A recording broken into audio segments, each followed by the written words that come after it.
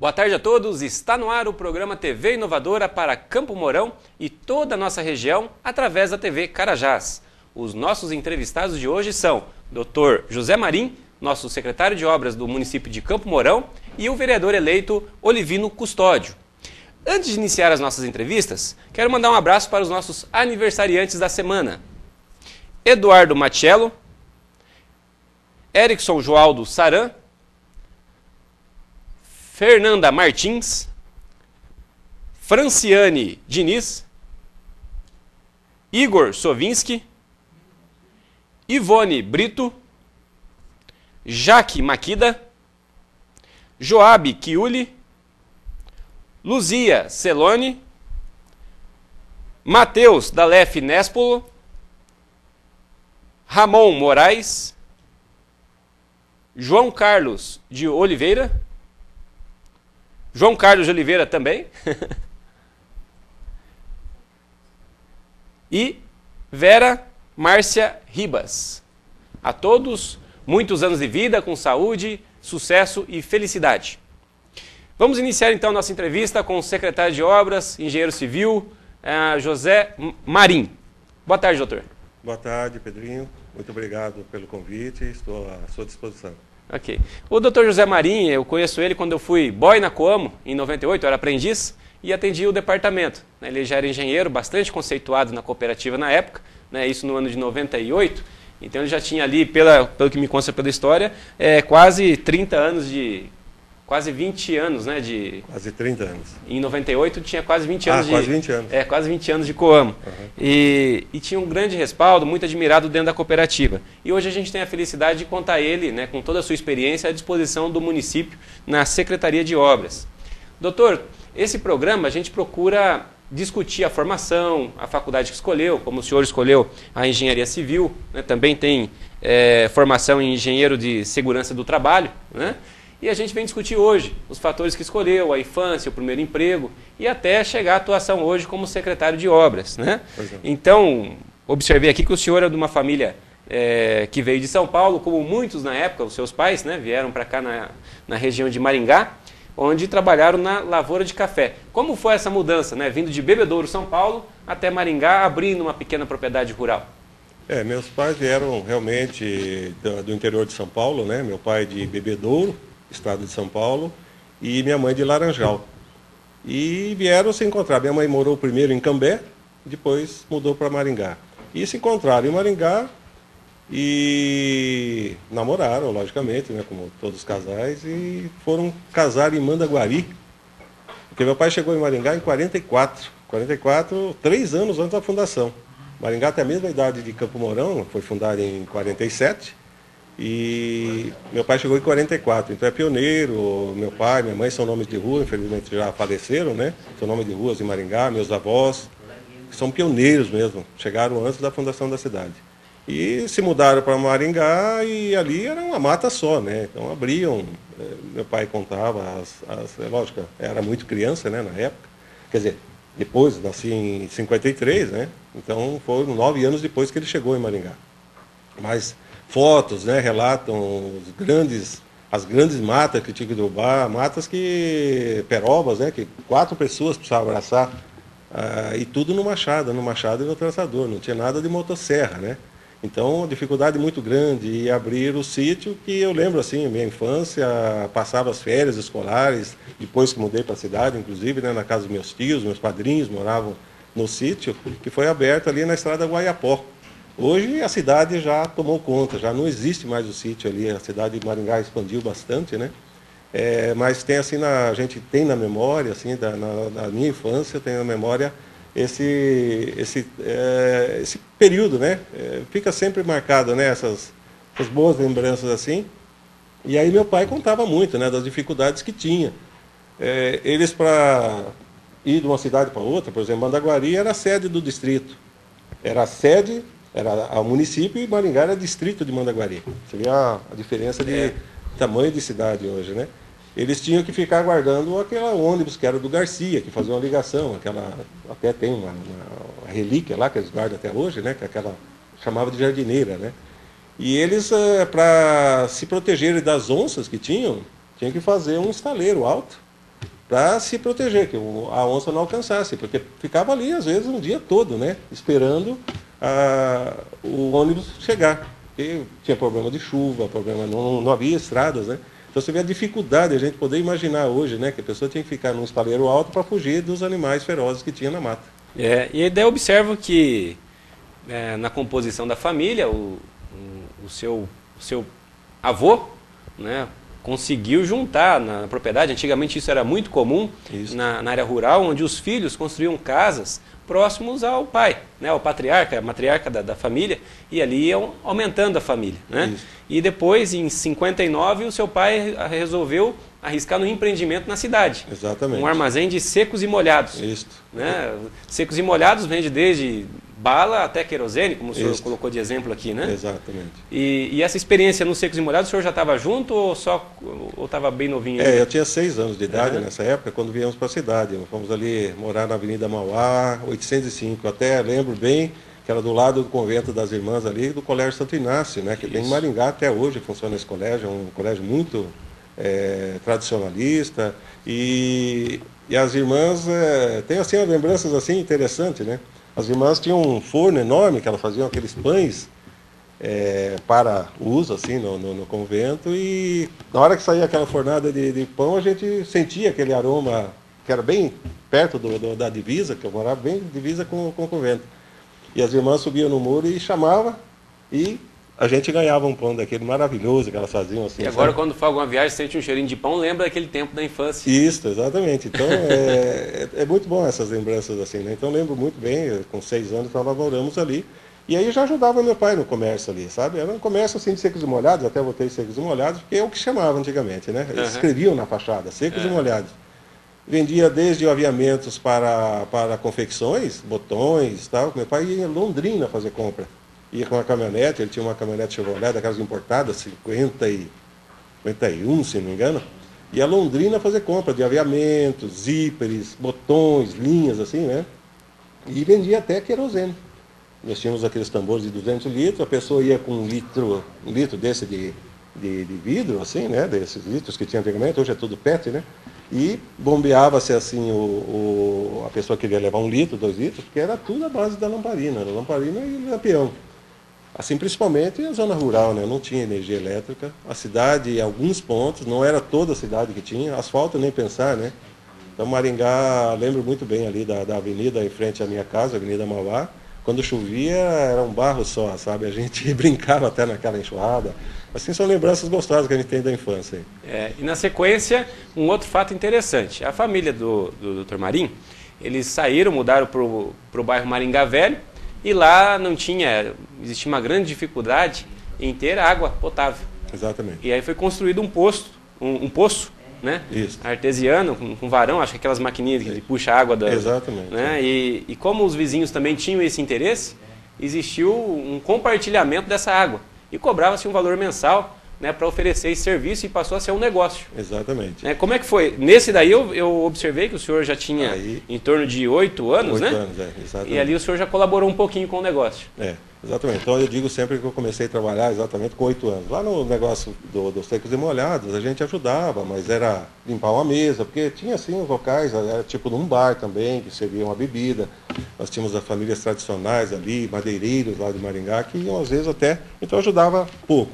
Mas nessa parte, na realidade, foi na Zona 4 já. Nós tínhamos mudado um pouco, meu pai fazia uma distribuição de bebidas primeiro, né? Nessa parte eu não me envolvi, porque era um negócio que entregava bebidas com caminhão, tá? Depois meu pai, nós mudamos para a Zona 4 na Avenida Humaitá, perto do Country Club ali. Na realidade, bem do ladinho do BR3, que tem acho que uma franquia do BR3 aqui de Camorão, lá, bem do ladinho do BR3 ali no comecinho da Avenida Humaitá. E até hoje, ali, meu pai morou até o falecimento dele nesse local, né? Depois se edificou um prédio naquele local ali. Mas isso em 1962, acredito mais ou menos. Nós compramos uma casa boa na avenida, mas era uma casa de madeira, novinha, mas não tinha água. O poço seco totalmente. Não foi nos dito isso aí quando compramos a casa. E aí houve uma dificuldade, nós afundamos o poço, sabe aquele jeito, aqueles poços comuns, né? E não tinha jeito de ter água. E era uma coisa que acontecia na região toda, é uma dificuldade muito grande de água. Então meu pai fez uma caixa d'água elevada, de concreto, até uma caixa grande, eu não sei, para a época era uma coisa assim, uma obra grande. Ele fez de 15 mil litros a caixa d'água e tinha 12 metros de altura essa caixa. Para uma residência só era um exagero, né? Acredito, meu pai deve ter feito uma coisa muito, muito grande. E furou um poço semi-artesiano. Aí o vizinho, e a região era uma região assim, pouco habitada, até devido à falta de água. Aí o vizinho disse, olha, não pode ceder um pouco dessa água para mim?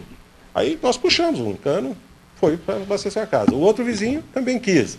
E aí foi, extrapolou a quadra, extrapolou, foi passando ruas e tal, e meu pai entrou num negócio sem querer, sabe? Nós tínhamos aí, ao fim nós atingimos um índice, aliás, um número de 1.000 residências sendo atendidas, e nós tínhamos 12 poços artesianos. Então virou um negócio que faltava água. Então eu tenho assim até um certo orgulho de ter participado do desenvolvimento da Zona 4 e Zona 5, ali, que são 2 bairros grandes em Maringá. Pega ali do Colégio Marista até o Horto Florestal, ali em Maringá, nós ajudamos a desenvolver, porque não tinha água, não tinha companhia de águas, e aí nós ajudamos, e nisso aí eu trabalhei bastante, desde os 8 anos, eu, meu irmão mais velho principalmente, o Valdomiro, hoje mora em Curitiba, nós aqui fazíamos as redes, sabe? Tínhamos que cavar, era um trabalho duro, sabe? Cavar as valetas, tudo certinho. Quando tinha que atravessar uma rua, aquilo, o chão é compactado, né? Era cavado, a gente tinha que molhar, porque não conseguia cavar manualmente, não tinha reta escavadeira, essas coisas. Sim. Não existia. A coisa era tudo no braço mesmo. E ali na travessia da rua nós tínhamos que fazer 1,20 m de profundidade. Porque as motoveladoras passavam para fazer a conservação das ruas, era tudo ruas de terra, né? E não podia atingir a canalização, né? Porque senão dava problema. Então ali era 1,20 m de profundidade. E trabalhoso, viu? E a gente fazia manutenção dos compressores, é tudo compressor, hoje é tudo bomba submersa, né? Coisa mais moderna, mas naquela época era compressor. Eu jogava o ar para dentro do poço e o ar empurrava a água até atingir a caixa d'água. E após isso aí, nós fazíamos manutenção desses compressores, variavelmente, é um equipamento mecânico, né? Quebrava, queimava um motor elétrico e tal, e eu e meu irmão eram os responsáveis. E além disso ainda, eu cuidava da parte de receber o valor da... Era cobrador. Cobrador, exatamente. Então eu batia palma nas casas, e a pessoa gritava, o menino da água. O menino, andava de bicicleta, né, tal, e tinha 8, ia receber anos. Lá. E começamos com 8 anos, e o pai ficou acho que uns quase 15 anos com esse negócio. Foi bastante. Então atingia até... Não atingiu, talvez uns 12 anos mais ou menos, eu não lembro bem a data. Mas aí houve assim a criação da Codemar, né, que é a Companhia de Desenvolvimento Maringá, que foi a primeira empresa que era uma empresa municipal vinculada à prefeitura, que abastecia a água de Maringá. E aí nós extinguimos o negócio que meu pai tinha, né, fechou seus poços e tal, a água tinha que ser tratada, aquele negócio todo. E depois veio a Sanepar, que está até hoje, né, em Maringá. E aí, com a extinção do negócio, eu falei, agora fiquei desempregado, né? Aí eu fui trabalhar de encanador, era o ofício que eu sabia, né? Fui trabalhar de encanador, eu fui credenciado da Codemar, e depois, com o advento da Sanepar, eu credenciei-me também na Sanepar, e a gente tinha, assim, muito trabalho para fazer, porque eu sempre primei muito pela qualidade, sabe, do trabalho que eu fazia. Então, tinha as residências, assim, e como passou a rede, então a residência já estava formada, tinha aquele jardim bonito e tal. As donas das residências, para puxar a água da rede até a casa, não queria que estragasse os jardins. E o pessoal chegava e fazia aqueles buracos, deixava terra e tal, e eu era muito caprichoso. Eu tinha uma ferramenta que eu chamava de chibanca, não sei se existe hoje ainda. Um lado ela é uma coisa de corte, e outro lado ela é tipo um machado, sabe? Então eu fazia aquele corte bem certinho na grama e tirava aquela toceira bem certinho e já deixava do lado aqui de grama, né? Passava a tubulação, cavava o buraco ali e já retornava aquilo lá. Eu molhava o jardim. No outro dia, ninguém via que tinha passado por ali uma tubulação de água. A vizinha olhava, mas o rapaz da coisa já fez a sua ligação? Fez. Aí era outra freguesa, né? Então eu tinha serviço assim, e aí eu comecei a estudar, né? Fazer engenharia. Ingressei na universidade, que depois a gente pode contar mais ou menos como é que foi. E eu só trabalhava à tarde, né? Tinha aula de manhã, às vezes tinha aula à noite, tinha uma outra aula, era o período integral, né? Engenharia, e tinha que entremear minha disponibilidade de tempo para atender os meus clientes. Então, consegui, assim, até bastante sucesso financeiro nessa atividade, porque tinha bastante trabalho, sabe? E era necessário, né, doutor? Ele fez faculdade na UEM. A UEM hoje é pública, mas naquele tempo não era. Não era. Inclusive o nome era outro, era FUEM. Fundação Universidade Estadual de Maringá. E um era curso pago o curso. E um curso de engenharia a gente sabe que nunca foi barato. Não foi. Né? Então a pessoa com essa atividade foi muito importante para que Exatamente. Para custear os estudos, meu pai já não podia mais me ajudar porque não tinha cessado a renda dele. Ele tinha algumas propriedades e vivia do aluguel, né, dessas propriedades. Até ele faleceu em 2001. Minha mãe tinha falecido antes, já uns 12 anos antes do meu pai, infelizmente. Ela teve um problema sério de doença. Mas meu pai viveu até os 81 anos e ele viveu disso aí. Então eu tinha que dar um jeito de me virar e pagar a faculdade, né? Então aí eu fiquei até o 2º ano de engenharia trabalhando como encanador até. Ia para a faculdade com a mão tudo suja, unha cheia de terra, porque aquilo é pesado, trabalho pesado, né? Nunca me envergonhei de estar frequentando uma faculdade de engenharia já no 2º ano e sendo encanador. Isso aí para mim é até um motivo de nobreza. É orgulho, né? Até, né? Quantas pessoas podem dizer que assim, mereceu, inclusive pagando, constituindo, com todas as dificuldades. Certo. Hoje a gente conta isso, né? Com todas as facilidades que tem, muitas vezes as pessoas não conseguem, não sentem força, não sentem ânimo para fazer uma faculdade. Exato. E quando a gente observa alguém que se dedicou bastante e conseguiu atingir o sucesso de concluir um curso superior, e naquele tempo era raridade, né, com todo esse sacrifício, é motivo de muito orgulho. Eu acho que todos que têm uma história de sucesso, teve uma história humilde lá atrás e sabe valorizar isso, né, durante a caminhada. Então, eu tenho muito orgulho de ter nascido numa família humilde, ter que trabalhar né, desde os 8 anos. E, modestamente, o que eu tenho hoje, o que eu possuo, a família que eu tenho e tal, a gente se orgulha muito de ter, assim, né? Hoje, às vezes, a gente vê assim, o jovem não pode trabalhar. Mas o trabalho desde os 8 anos de idade só, acho que dignificou a minha vida. E eu tenho muito a agradecer aos meus pais de ter, né, levado a gente assim numa linha reta e feito trabalhar desde criança, né? Que eu acho que é importante isso aí. Hoje, lógico, tem tudo, mas nunca deixei de ir à escola. A escola também. Então, associar o trabalho aí dentro da legislação, logicamente, hoje mudou bastante. Ao estudo, sempre o estudo é em prioridade, né? Então eu sou favorável a isso, né? Porque a criançada hoje realmente deixa um pouquinho lado e às vezes não valoriza tanto o que obtém na vida, porque vem tudo muito fácil, né? Então, lutando para conquistar as coisas, realmente você dá mais valor às coisas, né? E é muito importante, a gente sempre diz aqui no programa, né, não ter pressa em querer ganhar dinheiro ou fazer patrimônio. Procure estudar, procure ter uma formação adequada, que depois você trabalha se divertindo. Exatamente. A gente trabalha naquilo que gosta e a tendência de sucesso é muito maior. Exato. Sairemos agora para um breve intervalo e não percam na sequência a continuidade dessa agradável entrevista com o Dr. José Mari.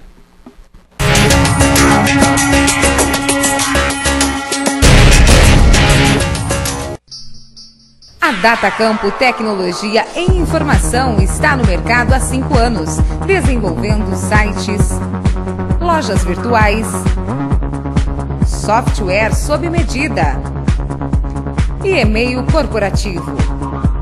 Com profissionais altamente capacitados, com a supervisão dos professores Pedrinho Néspolo e Leandro Lago. Resultado, transparência e seriedade são nossas marcas. É no Supermercado Carreira que a gente lembra das pessoas que mais ama. Das crianças. Do lanche em família. Do churrasco com os amigos. Dos outros amigos. A gente lembra de todo mundo.